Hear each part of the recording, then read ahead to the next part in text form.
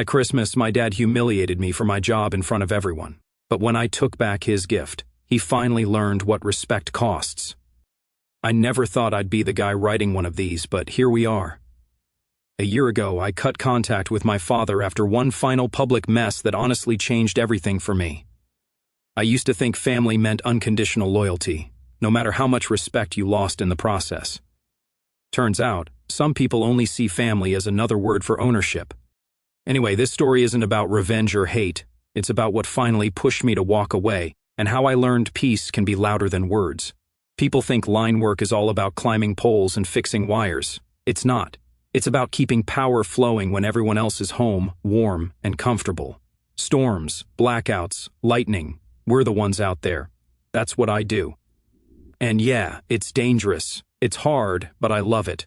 I've been doing it for almost 10 years, and every time I see the lights flicker back on after a long outage, I feel like I actually built something that matters. My dad never saw it that way, though. He used to joke that I worked with big boy Legos.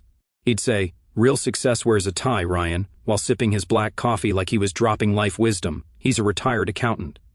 The type who still reads the Wall Street Journal in print and thinks a man's worth is tied to how many meetings he sits in. My sister, Erin. Yeah, she's the favorite. She runs a fitness account online, posts gym selfies with motivational captions like "Rise and Grind," and Dad treats her like she discovered fire. She's a real entrepreneur, he says. Sure, Dad. Posting squats for brand deals is definitely Wall Street level stuff. 2 years ago, after yet another "when are you going to get a real job" speech, I made myself a promise. I was done trying to explain my career. I'd show him instead. Every time I wanted to quit, I remembered his voice. "You'll burn out before you ever get ahead." And the plan hit me one night when I saw an old listing online, a 1968 Mustang Fastback. His dream car since I was a kid. He used to talk about it like it was a first love, cherry red, manual, black stripes, he'd say. But he never got close to owning one. Too expensive, too impractical. I tracked down one that needed restoring and made it my side project for a year. Parts, paint, late nights in my buddy's garage, every bolt tightened by hand. It was perfect. Christmas morning came faster than I thought. I parked the car outside my parents' place, covered with a tarp and a red bow. The house was packed. Cousins, neighbors, Erin already live streaming her arrival like it was a red carpet event. I carried myself the same way I always did, calm, casual, no big show. Dad was holding court in the living room, bragging about how Erin got invited to some wellness expo. I waited for a lull, then said, "Hey Dad, come outside for a second." Everyone followed. He saw the car, froze, then looked at me. "Is this a joke?" he asked. "Nope," I said. "It's yours. Merry Christmas." He walked around it slowly, touching the door, checking the paint. "A 68 Fastback," he said quietly, almost like he didn't believe it. For 1 second I thought I actually did it, that maybe finally he'd be proud. Then he turned to the crowd, smirked, and said, "Guess my boy's trying to buy my approval. Didn't think climbing poles paid this well." The laughter hit harder than I expected, loud, unfiltered, like it was the funniest thing they'd ever heard. Erin giggled like a toddler. Someone's uncle clapped, and my dad just stood there grinning, the star of his own little comedy hour. I smiled too, not because it was funny, but because I wasn't about to give him the satisfaction of seeing me angry. I just said, "Yeah, I got to keep the lights on somehow," and walked back inside. The rest of the night was a blur of fake cheer. Erin posed by the tree, Dad bragged about his joke, and I sat quietly near the back, checking the time every few minutes. When dessert came out, I stood up and said I had an early shift the next morning. He laughed again. "Of course. Can't keep the city running without you, huh?" Outside, it was cold enough to see my breath. I stood next to my truck, watching the lights from the house flicker through the curtains. The Mustang sat in the driveway, perfect, gleaming, like it didn't belong there. I wanted that moment, the respect, the nod, something. But deep down, I knew better. Driving home, I didn't feel sad, just done. Years of comments, eye rolls, and just jokes all added up to one thing. No matter how much I achieved, it would never be enough for him. He'd never see me as anything more than the kid who picked the wrong path. I parked in my driveway, sat there for a bit, and stared at my hands, the same hands that fixed power lines through storms, rebuilt that car from rust, and somehow still weren't good enough. Then I laughed, not bitter, just tired. "Happy Christmas, old man," I muttered. Because that was the moment it hit me. I didn't need him to be proud. I'd already made it. He just couldn't stand that I did it without asking for his permission. That line kept looping in my head while I brushed my teeth the next morning. I could still hear his stupid laugh from last night, the guess my boy's trying to buy my approval thing replayed like a bad song I couldn't turn off. Then it hit me, the title and registration were still under my name. I stood in the kitchen sipping cold coffee, staring out the window like a man about to do something stupid but peaceful. I wasn't even mad anymore, just done. That car didn't belong there, not in that driveway, not with him. By 6 a.m., I took an Uber back. The neighborhood looked frozen, Christmas lights still on, lawns frosted over, a few trash bins tipped from the wind. I dropped off a block away, walked the rest of the distance like I was on some secret mission. The Mustang sat there, shining under a thin layer of ice. The red bow had drooped from the dew, hanging like it was embarrassed to still be there.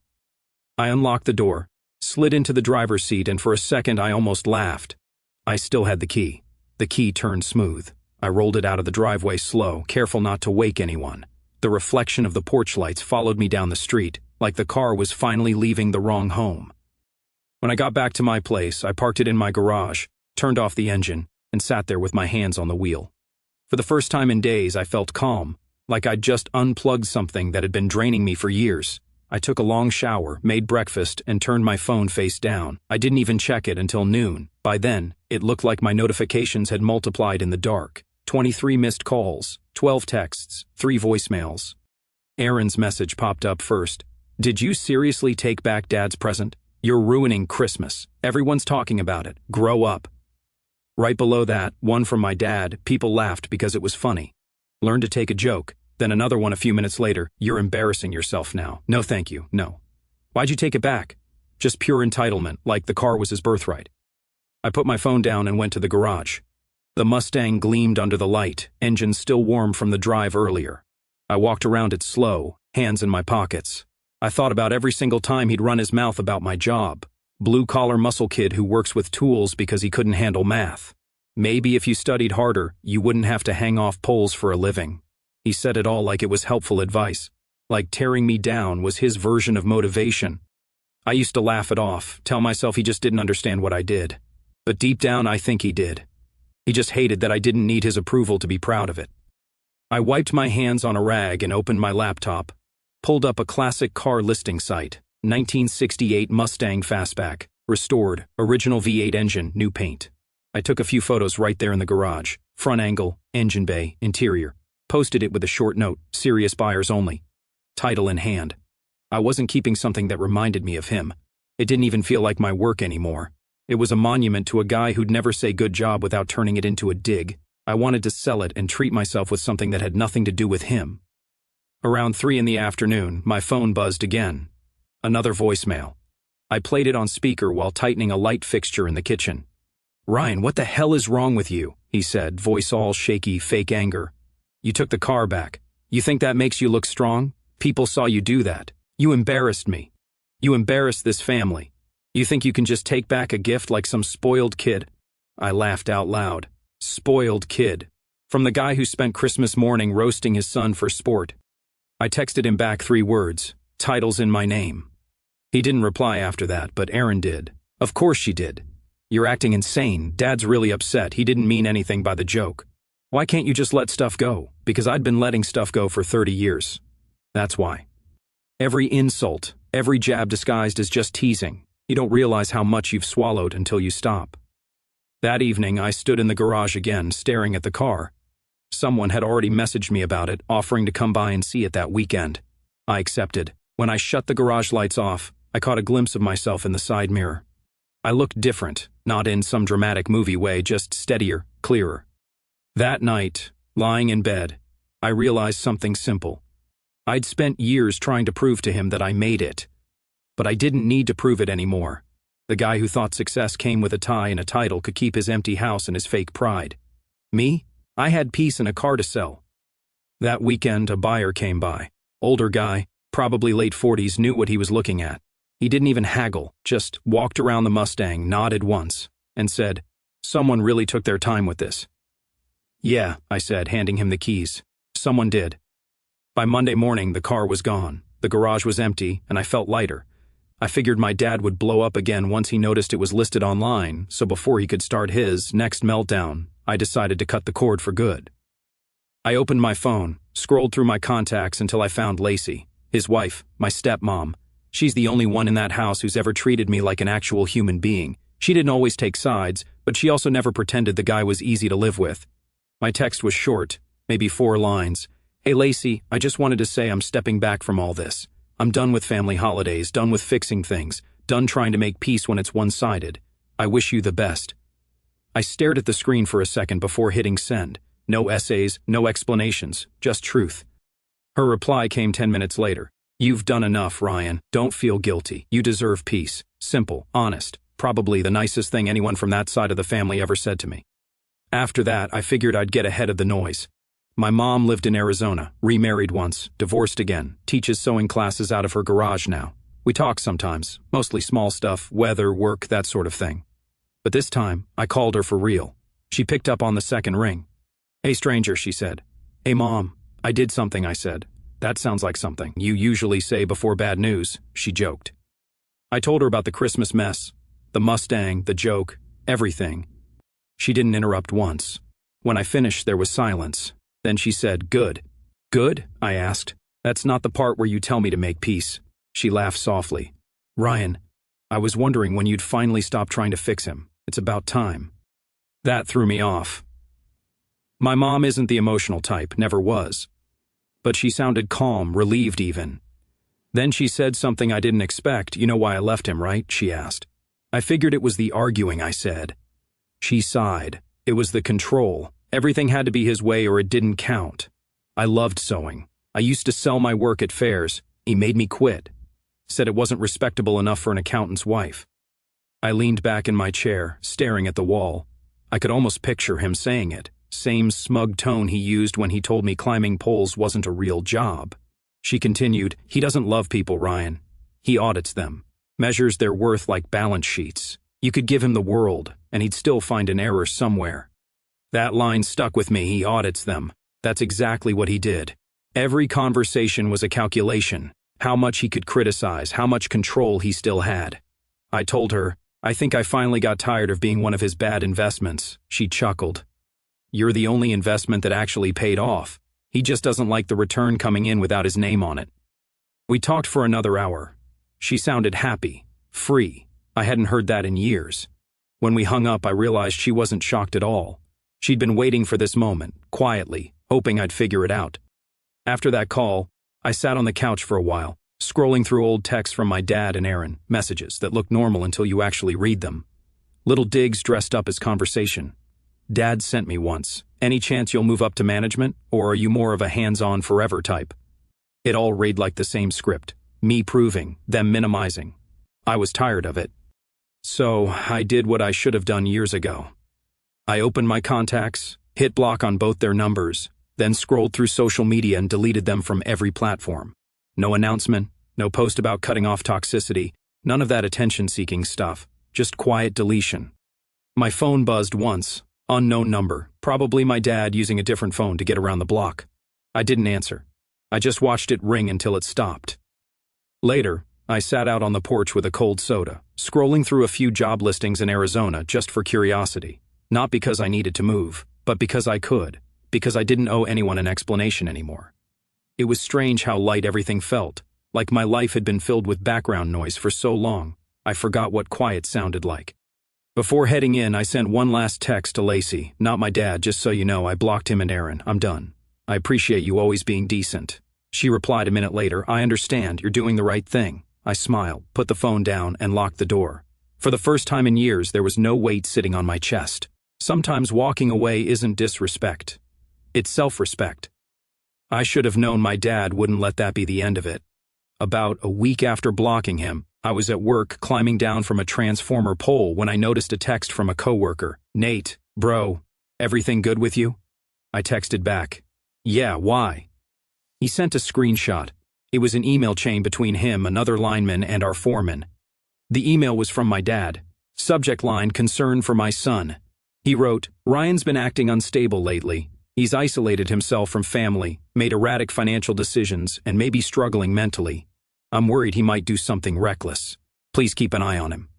My jaw clenched so tight I thought my teeth might crack. I could almost hear his tone. Calm, concerned, perfectly phrased to make me look like a problem. I called Nate. You didn't believe that crap, right? Of course not, man, he said. But dude, that's messed up. Who does that to their own kid? Someone who treats people like projects, I muttered. By the end of the day, 2 more CO workers messaged me. Same story. My dad had reached out to people he didn't even know personally, managers, union reps, anyone connected to me, all under the banner of concern. It wasn't concern, it was sabotage. The old man didn't like that I stopped playing by his script, so he decided to write a new one, starring me as the unstable son. So I called my buddy Mark, one of the union lawyers I'd worked with during a safety dispute years ago. Guy's sharp, no nonsense. He picked up mid-bite of something crunchy. Ryan, my man, what's up? I explained everything, the emails, the rumors, the fake concern. He didn't even sound surprised. Classic image management, he said. He's building a narrative, so if you ever call him out publicly, people think you're the crazy one. Can I shut it down? I asked. Oh, absolutely. You want me to handle it? Please? He sent me a draft within the hour. Short, professional, and lethal. A formal cease and desist letter addressed to my dad, citing defamation and harassment, giving him 48 hours to stop contacting anyone associated with me. I approved it instantly. 2 days later, Mark texted me a screenshot of the delivery confirmation. He got it. I expected silence. What I got instead was a storm. That afternoon, my phone buzzed with a number I didn't recognize. I let it go to voicemail. When I listened later, it was my dad's voice. Shaky, theatrical, full of forced outrage. So, this is how you treat your father? You send lawyers after family? You think that makes you a man? You've humiliated me again, Ryan. Do you even care what this does to our name? Our name? Like he was running a corporation, not a family. I deleted it without replying. Not even worth my breath. The next day, Erin called from her other phone. I didn't pick up. She texted instead. Dad says you sent legal threats. What's wrong with you? He's heartbroken. You're being cruel. I typed back. Tell him to stop contacting my TO workers and I'll stop defending myself. She read it but didn't answer. Typical Erin. Defend him first. Think later. For about a week, things were quiet. Then I opened Facebook during lunch one day and almost spit out my sandwich. There it was. A photo of my dad lying in a hospital bed wearing one of those patient gowns, oxygen tube under his nose. The caption read, "Stress can really hurt the heart when your own blood turns on you. Appreciate your family while you still can." I just stared at it.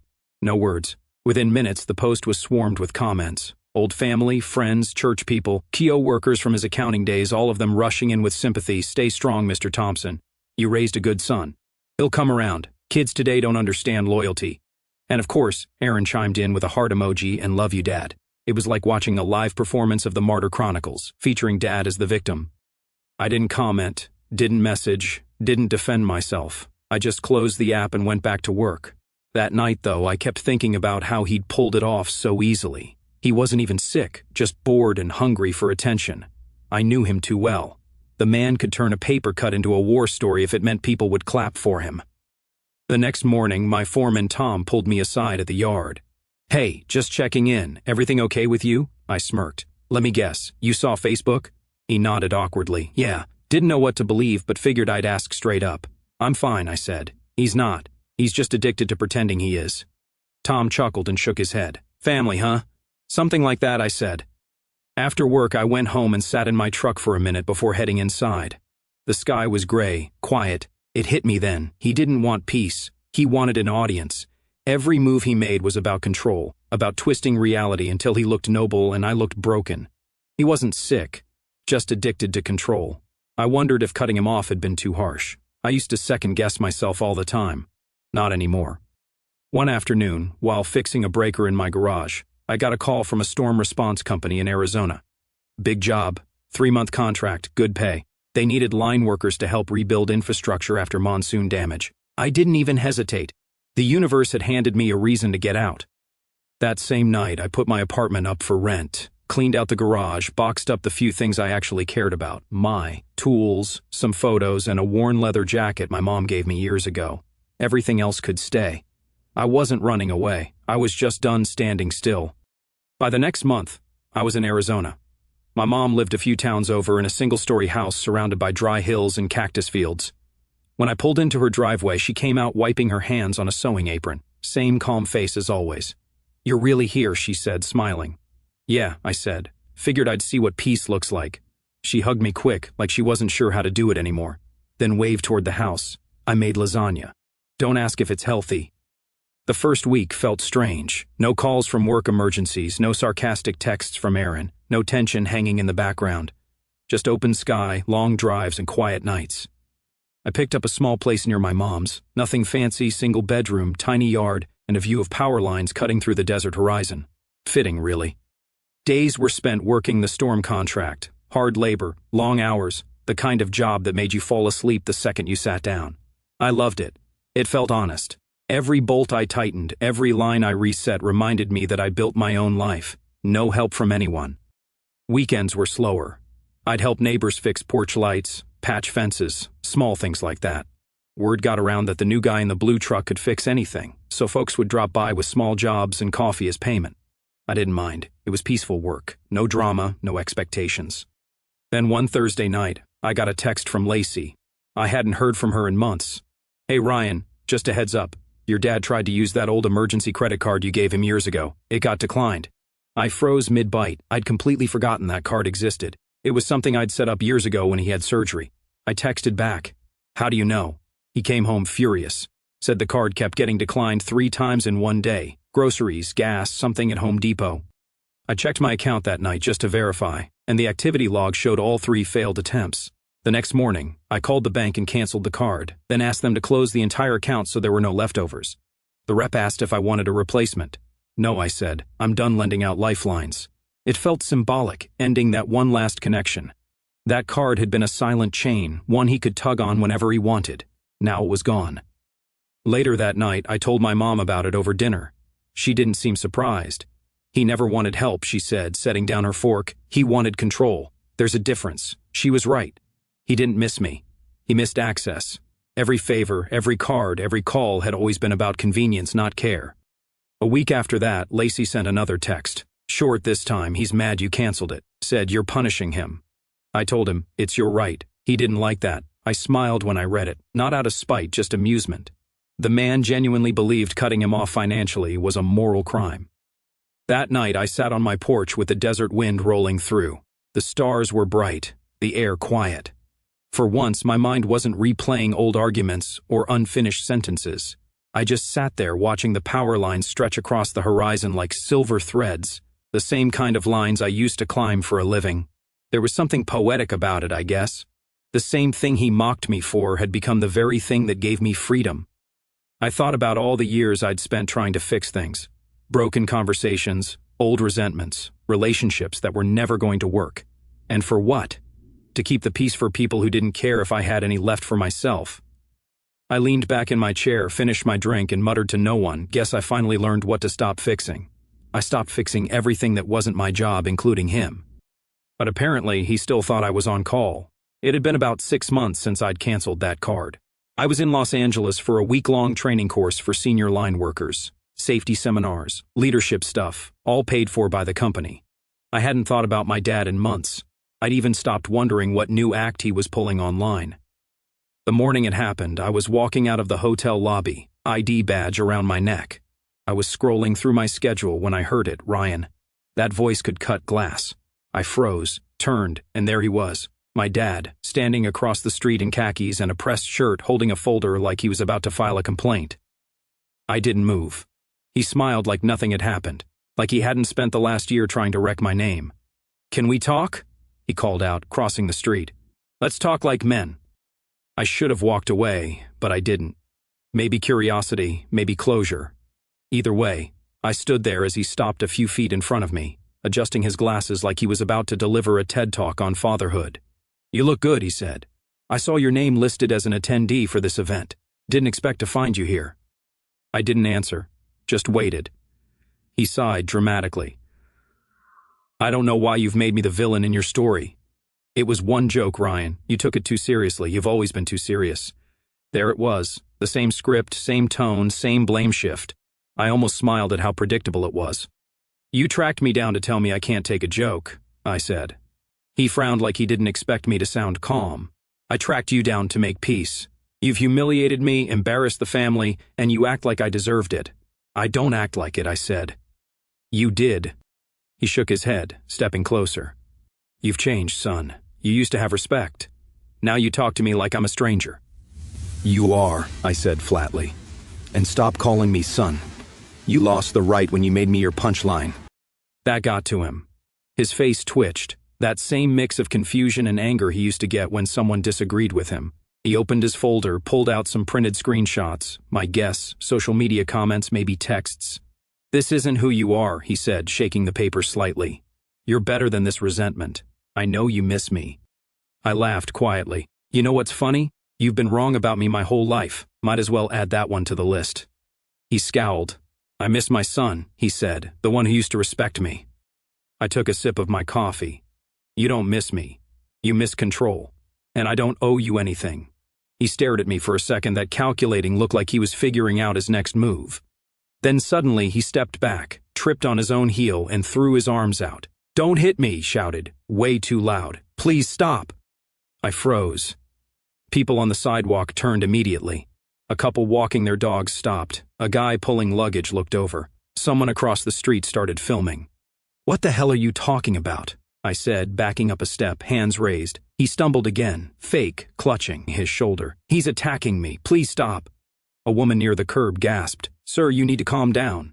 Someone else yelled, Hey man, what's wrong with you? He's an old man. My stomach dropped. Not from fear, but disgust. The man had actually rehearsed this. The folder hit the pavement, papers scattering like a movie scene. He was breathing heavy, performing like it was Broadway. Dad, I said slowly, voice low. You're embarrassing yourself. He shook his head dramatically, still loud enough for the crowd. You've always had a temper. Always. I heard someone nearby say, I got it on video, and my chest tightened, not because I was guilty, but because I knew how easily he could twist this. Like divine timing. A man burst out from a bakery across the street, apron still on, white flour all over his hands. Hey, he yelled. He didn't touch him. Everyone turned. I saw the whole thing, the baker said, jogging over. That old guy's faking it. The younger one hasn't laid a finger on him. He's been talking calm the whole time. The crowd went quiet. My dad froze mid-performance, still bent slightly like he couldn't decide whether to keep acting or drop it. The baker walked closer, pointing right at him. You ought to be ashamed trying to pull that in public. There are cameras everywhere, buddy. You just made a fool of yourself. A few people murmured. One woman who had been filming lowered her phone. My dad's face went pale. The act fell apart completely.